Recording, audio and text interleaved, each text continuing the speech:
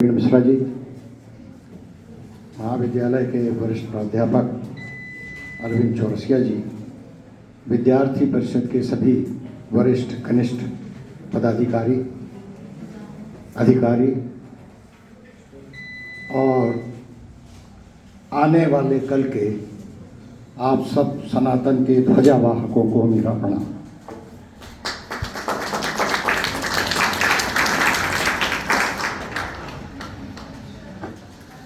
मुझे 2 दिन पहले बताया गया था कि आप अयोध्या गए थे 1990 में, तो उस यात्रा का आप वृतांत हमारे छात्र छात्राओं को बताएं। मैं उसमें कुछ अपनी ओर से प्रवीण मिश्रा जी से प्रेरित होकर के कुछ और भी कहना चाहता हूं, यदि आपकी अनुमति हो तो।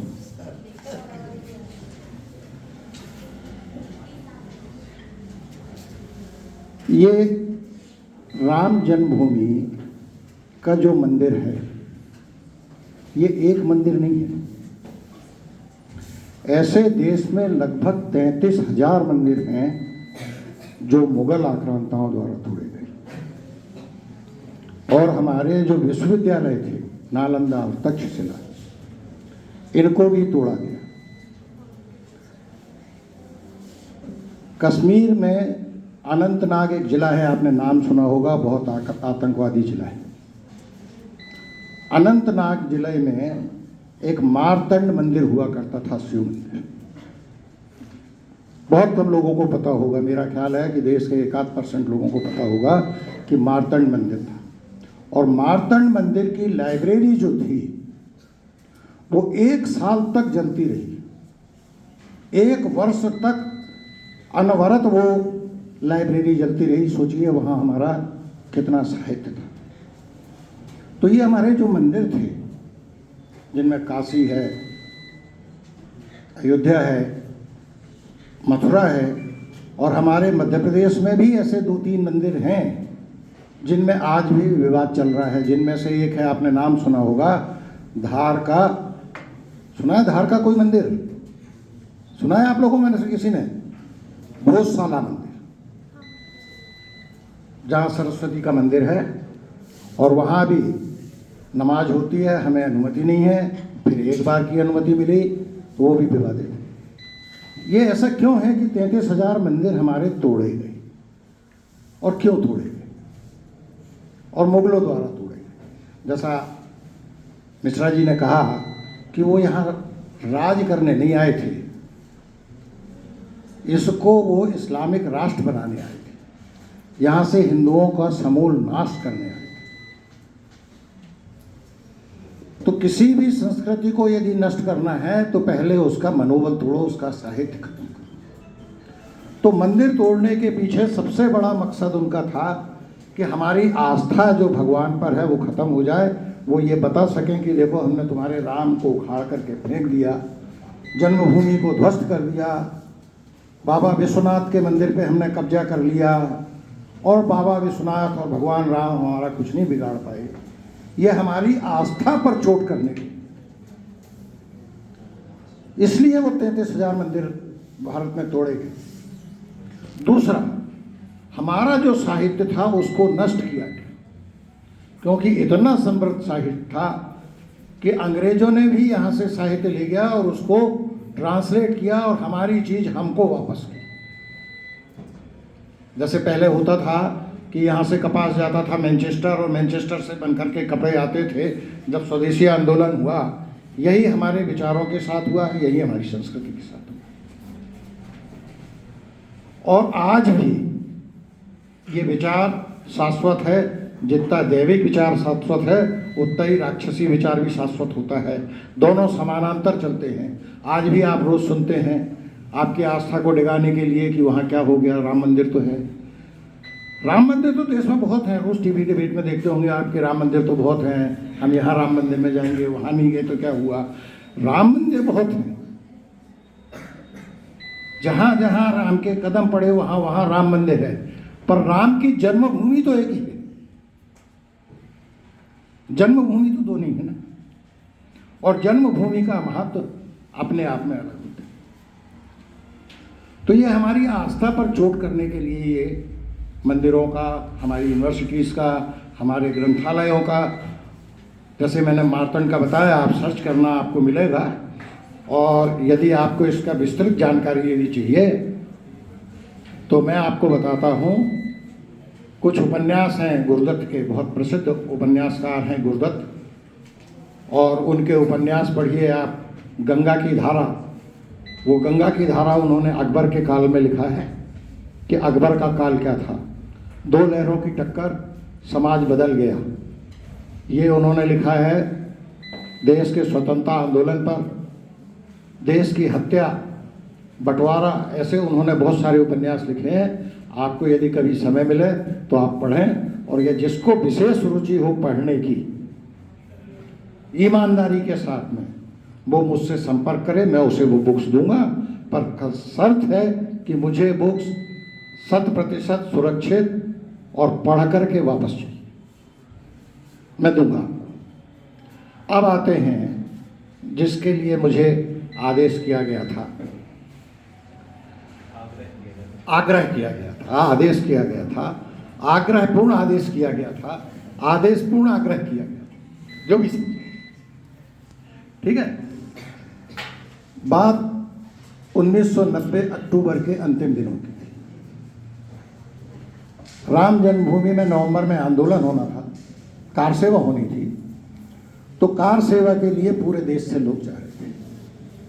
मेरी आयु उस समय 38-39 वर्ष की थी।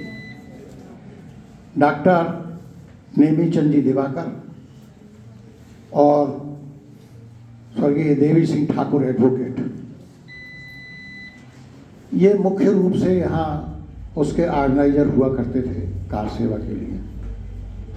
श्रद्धेय रद्दू काका जी भी उसमें थे। तो ऐसे लोगों की प्रेरणा से मैं और मेरे जैसे यहाँ से 60-70 लोग, हम लोग कार सेवा के लिए जबलपुर के लिए प्रस्थान किए। उसमें 90% ट्रेनें रद्द कर दी गई थीं, केवल पैसेंजर ट्रेन चल रही थी, कुछ गिनी चुनी। तो हम लोग यहाँ से जबलपुर गए। जबलपुर में हाऊबाग स्टेशन के पास में गुरुद्वारा है, पंजाबी गुरुद्वारा है। उस गुरुद्वारा में हम लोगों को रोका गया। वहाँ हमारी भोजन व्यवस्था की व्यवस्था थी। सिख भाइयों ने वहाँ हमको भोजन वगैरह कराया। उसके बाद एक ट्रेन शाम को पैसेंजर थी इटारसी से इलाहाबाद। उस इटारसी इलाहाबाद पैसेंजर से हम सतना के लिए रवाना हुए। वो ट्रेन सतना पहुंचने में लगभग 12 घंटे से ज़्यादा समय लगाया। रास्ते में घंटों से खड़ी, जगह जगह गाड़ी की तलाशी हो रही। सतना हम लोग उतरे तो सतना से हमें बस द्वारा चित्रकूट ले जाया गया। तो चित्रकूट यदि आप लोग गए हों तो चित्रकूट का कोई घर तो यूपी में आता है और एमपी में उसकी बाड़ी है, और कोई मध्य प्रदेश में घर आता है और उसकी बाड़ी यूपी में है। मतलब समझ में नहीं आता कि कौन सा चित्रकूट उत्तर प्रदेश में है और कौन सा हिस्सा मध्य प्रदेश में आज। पर उस दिन समझ आ रहा था। जो मध्य प्रदेश का हिस्सा था उसमें कार सेवकों की भीड़ थी, और जो उत्तर प्रदेश का हिस्सा था उसमें पुलिस और पीएससी की भीड़ थी। तो समझ आता था कि कौन सा हिस्सा यूपी का है, कौन सा मध्य प्रदेश का है। हम लोग 2 रात वहां रुके। आदरणीय राजमाता सिंधिया, उमा भारती जी, साध्वी ऋतंभरा, आचार्य धर्मेंद्र, ऐसे बहुत सारे लोग थे जो कार्यकर्ताओं का उत्साहवर्धन भी कर रहे थे, उनको सन्मार्ग भी दिखा रहे थे। फिर 2 दिन बाद तो आचार्य धर्मेंद्र जी का संस्मरण सुना दूं? सुनेंगे आप लोग? वो मुझे आज भी याद है। आचार्य धर्मेंद्र आए, आप अभी टीवी में भी देखते हैं, कई बार आते हैं वो। तो उन्होंने एक कहानी सुनाई जन्मभूमि के लिए कि मेरे दादाजी के दादाजी थे, उनका खेत था, उस खेत में उन्होंने एक सागौन का झाड़ लगाया। ये आचार्य धर्मेंद्र सुना है। सागौन का झाड़ बड़ा हुआ तो मेरे जो पिताजी के पिताजी थे, मेरे दादा, उन्होंने उस झाड़ को कटाया, बड़ा हो गया था काफ़ी, और उस झाड़ को कटवा करके उसका पलंग और तख्त बनवाया। हमारे खेत में ही कपास होता था तो कपास निकाला, उसका गद्दा चादर तकिया बनवाया और मेरे पिताजी उसमें सोते रहते थे। इत्तेफाक से कहीं बाहर से कुछ खटमल उसमें आ गए पलंग में, तख्त, तो वो खटमल आ गए, फिर वो अपनी आबादी बढ़ाते रहे, आबादी भी बढ़ गई। अब वो हमारा खून चूसने लगे, तो हमने उनसे कहा भाई तुम दूध पियो, घी पियो, हमारा खून मत चूसो, हमको प्रेम से रहने दो। वो नहीं मानते। अब हम उन खटमलों को मारने लगे। तो कई लोग आए कि तुम इनको मारोगे नहीं, इनका हक बनता है, तो हक बनता है भाई यहाँ रहें। बोले नहीं, ये तख्त और ये पलंग भी इनको दे दो। तो बोले, मेरे पिताजी बोले कि क्यों दे दें हम इनको पलंग और तख्त, ये तो हमारा है, पुश्तैनी है। बोले नहीं। तो बोले अब आप तय करो कि आपको पलंग उनको देना है या नहीं देना है। तो वहीं जहाँ आचार्य धर्मेंद्र जी ने छोड़ा था हमारे ऊपर, मैं अब आज आपके ऊपर छोड़ता हूँ कि वो पलंग और वो तख्त जो आपके पुरखों का है, क्या आप उसे देना चाहेंगे? तो यही था। तो उसके बाद में दूसरे दिन हम लोगों को वहाँ से अरेस्ट किया गया, मैंने डिटेन किया गया, और बांदा जिले की एक तहसील है नरेनी, वहाँ ले जा करके हम लोगों को छोड़ दिए। तो हम तो यहाँ से 50-60 थे, पर वहाँ 5-6 हज़ार लोग थे जब हम लोग अरेस्ट हुए थे। और पूरे नरेनी बस्ती में, रोड के दोनों तरफ बस्ती है, दुकानें हैं दोनों तरफ, लोगों ने अपने घर में, अपनी दुकान में, सोना चांदी की दुकान या कपड़े की दुकान थी, वहाँ हम लोगों को रुकाया, सारी हम लोगों की व्यवस्था की। सुबह चाय से लेकर के रात के खाने तक की व्यवस्था उन्होंने की। किसी प्रकार का कोई वो नहीं था, पता नहीं कहाँ से कैसी ऊर्जा थी। उसके बाद 2 दिन बाद हमको सतना ला करके छोड़ दिया गया।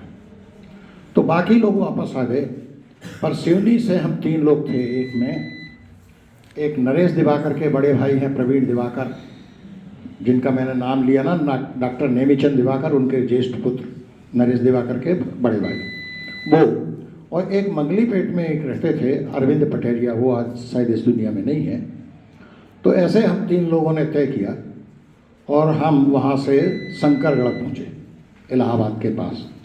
शंकरगढ़ से पैदल हम लोग चले तो हमको जो यमुना का पुल है, रेलवे और बस दोनों का है, एक प्रयागराज में, वहाँ से हमने एक तांगा किए तो पता लगा कि प्रयाग स्टेशन एक छोटा स्टेशन है। आप कंफ्यूज मत होना, आप प्रयागराज भी स्टेशन हो गया है, जो पहले इलाहाबाद था एक प्रयाग स्टेशन हो। वहाँ से एक रायबरेली ट्रेन चलती थी। तो तांगे हमने किया और तांगे में हम लोग जा रहे थे तीनों। तो जब स्टेशन के काफ़ी पहले हमारा तांगा रोक लिए तो 2-3 सरदार भी थे और भी थे लोग, जैसे 5-6 लोग आ गए, तांगा रोका, बोले कार सेवक हो। तो कार सेवक हो, इसका जवाब हाँ में दें या ना में दें, बड़ी दुविधा थी। तो भी थोड़े सोच विचार के बाद हिम्मत से कहा कि हाँ कार सेवक हैं। वो गए, उनमें से 1-2 लोग गए, कोई पॉलीथीन में पानी लेकर के आया, चाय लेकर के आया, बिस्किट लेकर के आया, और रास्ते के लिए उन्होंने लड्डू वगैरह हमको दिए। 3 लोगों में कम से कम 2-4-5 किलो हम लोगों को खाने का दे दिया। हम प्रयाग स्टेशन पहुँचे तो प्रयाग से रायबरेली ट्रेन जा रही थी, उसमें हम सवार हुए। 10 बजे रात के, लगभग 9-10 बजे रात की बात होगी, हम प्रतापगढ़ स्टेशन पे पहुँचे तो 13-14 साल के 2 बालक खड़े थे स्टेशन पे। और जैसे ही गाड़ी प्लेटफार्म पे प्रवेश करती है तो वो बच्चे आवाज़ लगाते हैं, कार सेवक यहाँ उतर जाओ, कार सेवक यहाँ उतर जाओ, कार सेवक यहाँ उतर जाओ। आपको शायद विश्वास नहीं हो, पूरी ट्रेन खाली हो। उन दो बच्चों के बोलने से कार सेवक यहाँ उतर जाओ, कार सेवक यहाँ उतर जाओ, पूरी ट्रेन खाली हो गई। और वो दो बच्चे बोले हमारे पीछे आओ, तो पूरे उनके पीछे चल दिए। कहाँ जाना है, क्यों जाना है, कितना दूर जाना है, ये इस प्रकार का कोई प्रश्न नहीं। और उन दो के पीछे चलते चलते हमें खंडरनुमा हवेली में पहुंचे। वहाँ पहले से भी लोग थे, भोजन भी बन रहा था। ये जो धान का पैरा होता है ये बिछा था, उसके ऊपर दरी बिछी थी, कहीं कहीं तो दरी भी नहीं थी। उस पर रात में हम लोग सोए, पूड़ी सब्जी का भोजन किया। रात में हमको बोला गया कि आप लोगों को यहाँ रुकना है तो यहाँ रुकें, आगे जाना है तो आगे जाएं। हालात बहुत ख़राब हैं, आप अयोध्या पहुँचेंगे या कहीं और पहुँचेंगे या कहीं नहीं पहुँचेंगे, ये कोई नहीं बता सकता। ये हालात थे, और यहाँ रुकना है तो आप यहाँ सुरक्षित रुक सकते हैं। रात में लोगों ने अलग अलग अपनी गोष्ठी की। तो हम 4-5 लोग थे, 3 तो हम थे, 2-3 लोग और मिल गए, 5-6 लोगों ने हमने तय किया कि अपन लोग चलेंगे। तो उनको बताया, तो बोले आगे चौक है, वहाँ से आपको चांदा के लिए बस मिल जाएगी, उसके बाद में आपको डायरेक्ट बस कहीं नहीं मिलेगी, ऐसे ही आपको जाना है, पैदल उदल चलते चलिए। तो चांदा के लिए हमको सुबह 5 बजे बस मिली, उससे हम चांदा पहुँचे। चांदा से पट्टी एक है, वहाँ के लिए कोई साधन नहीं, तो पैदल चले। उसके बाद में पट्टी से दोस्तपुर टेम्पो से गए, वहाँ से हम कादीपुर पहुँचे। दोस्तपुर के बाद में कादीपुर।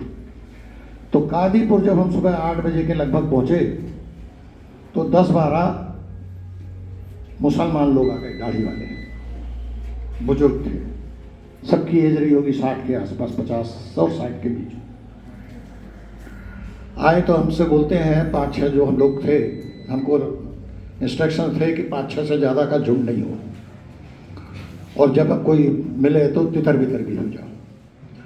तो कहा कार सेवक हो? तो हमने कहा हाँ हैं।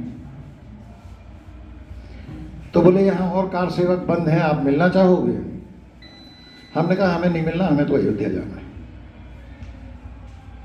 अब जो होगा सो देखेंगे। तो बोले ठीक है। तो वहाँ एक टेम्पो खड़ा था, टेम्पो वाले से बात की कि हमें दोस्तपुर तक पहुँचा दो। तो वो बोला 8 रुपये लगेंगे। तो वो मुल्ला जी बोले कि 8 रुपये क्यों लोगे, 2 रुपये लगता है। तो फिर मन में आया कि हम तो कैसे भी जाने को तैयार हैं, 8 रुपये भी देंगे, ये फोकट में फटे पैर लड़ा रहे हैं। लगता है ना ऐसा, आप लोगों को भी लगता है ऐसा माहौल में। फिर बोले नहीं साहब वहाँ से खाली आएंगे, तो बोले 4 रुपये ले लो। फिर उन्होंने ऑटो उसको टेम्पो वाले को बोला कि 4-4 रुपये से ज़्यादा नहीं मिलेंगे और ले जाना पड़ेगा।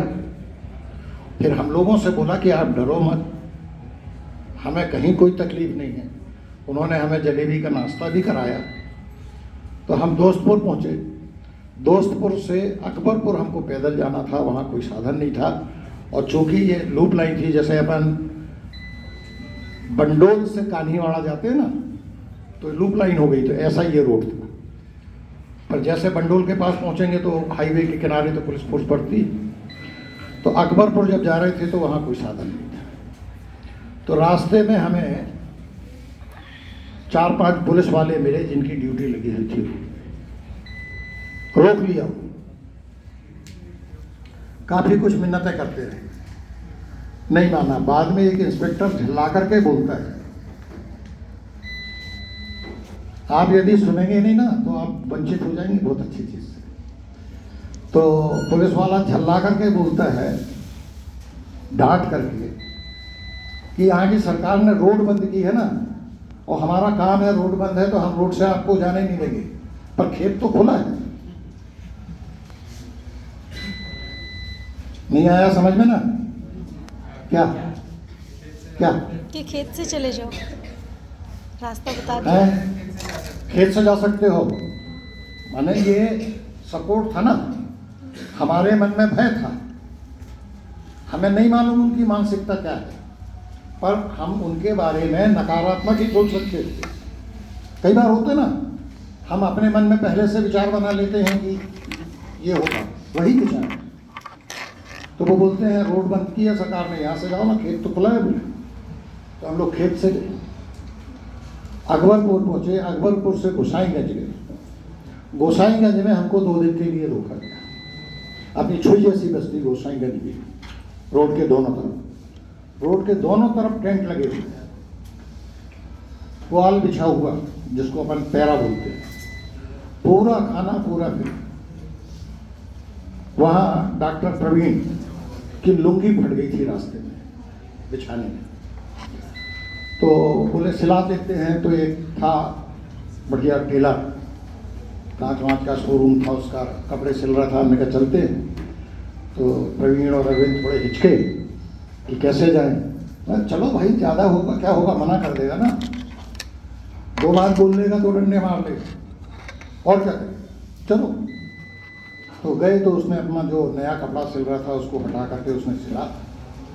सिलने के बाद में जब सिलाई के पैसे हम देने लगे तो हाथ जोड़ करके बोलता है कि आप जा रहे हो ना अयोध्या, हम आपसे कुछ नहीं।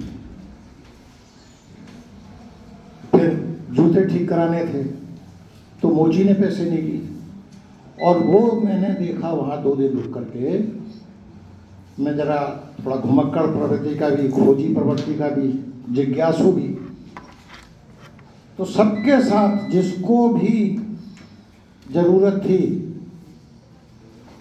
कोई किसी से पैसे नहीं ले रहा था, ना कटिंग के पैसे, ना दाढ़ी के पैसे, ना जूते रिपेयरिंग के पैसे, ना कपड़े फट गए उसके पैसे, ना खाने के पैसे। तब मुझे वहाँ याद आया गोसाईगंज में कि तुलसीदास जी ने जो रामायण में विवरण चित्रण किया है कि जब भगवान राम बन गए या जब वन से अयोध्या वापस आए, तो उन्होंने जो चित्रण किया है वो तो 1% भी नहीं है। जब हमारे जैसे लोगों के लिए, जिनकी हमारी क्षमता, भाग्य, औकात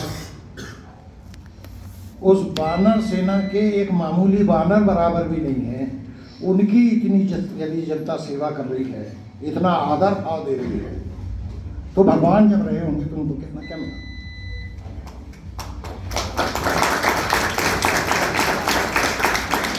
ये स्वस्फूर्त।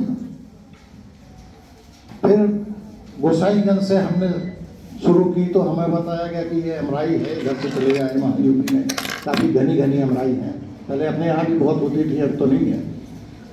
तो गए तो अब वहाँ पर बहुत सारी पगडंडियाँ थीं, तो 4-5 महिलाएं शौच से वापस हो रही हैं। अब क्या करें, उनसे कैसे पूछें। तो हमने लगा दिया बोलो सीता मैया की जय। तो वो महिलाएं रुक गईं और बोली इधर से जाओ, इधर से जाओ, आगे नहर पड़ेगी, नहर पकड़ लेना, दशरथ जी की समाधि पहुंच जाएंगे। तो हमने उनकी बताई रास्ता पकड़ लिया। आगे हमको थोड़ा आगे चले 1-2 किलोमीटर, तो एक बुजुर्ग आदमी मिले, वो लठ लेकर के बैठे थे, 100-1 लठ थे उनके पास। हमको देखा तो दौड़ करके आ गए, 1-1 लठ सबको पकड़ा दिया। बोले वहाँ झगड़ा हो रहा है, और यदि झगड़ा हो तो ये तुम्हारे काम पड़ेगा, काम पड़ेगा। तो उन्होंने लठ दिया। इसके बाद अयोध्या में जब हम थे, और वो जो सबसे ज़्यादा त्रासदी दुखद जो गोलीकांड हुआ, जिसमें राम कोठारी और शरद कोठारी का स्वर्गवास हुआ, उनमें और हम में मैं समझता हूँ ज़्यादा से ज़्यादा 70-75-100 मीटर का अंतर रहा होगा। और आप लोगों ने सुना है ना, सर पे कफन बांध करके जाते हैं, तो क्या होता है वो बता देता हूँ। हमको वहाँ निर्देश दिए गए थे, चाहे महिला हो चाहे पुरुष कार्यकर्ता हो, ये जो अंदर बनियान पहनते हैं ना, ये अंडरगारमेंट, इसमें अपना नाम पता पूरा होना चाहिए, नाम और आपका पिता का नाम, पता पूरा, कहाँ से आए हो, पूरा पोस्टल एड्रेस वगैरह उसमें होना चाहिए। हर एक को कंपलसरी था, चाहे वो महिला हो या पुरुष हो। और वो था आई कार्ड, क्योंकि आज के जैसा आई कार्ड नहीं है। वहाँ गए, इतना संघर्ष हुआ। ऐसे ही नहीं है, आप भाग्यशाली हैं, हमारे पुरखे तो लड़ते रहे, पर हम लोग भाग्यशाली हैं जो राम मंदिर का, राष्ट्र मंदिर का निर्माण देख रहे हैं। इस सबको खूब आप उल्लास के साथ करें और अपने पूर्वजों का बलिदान को याद रखते हुए और भी राष्ट्र के प्रति समर्पित होकर के राष्ट्र के नव निर्माण में आप सतत आगे बढ़ते रहें। इसी सब शुभकामना के साथ जय श्री राम, जय भारत।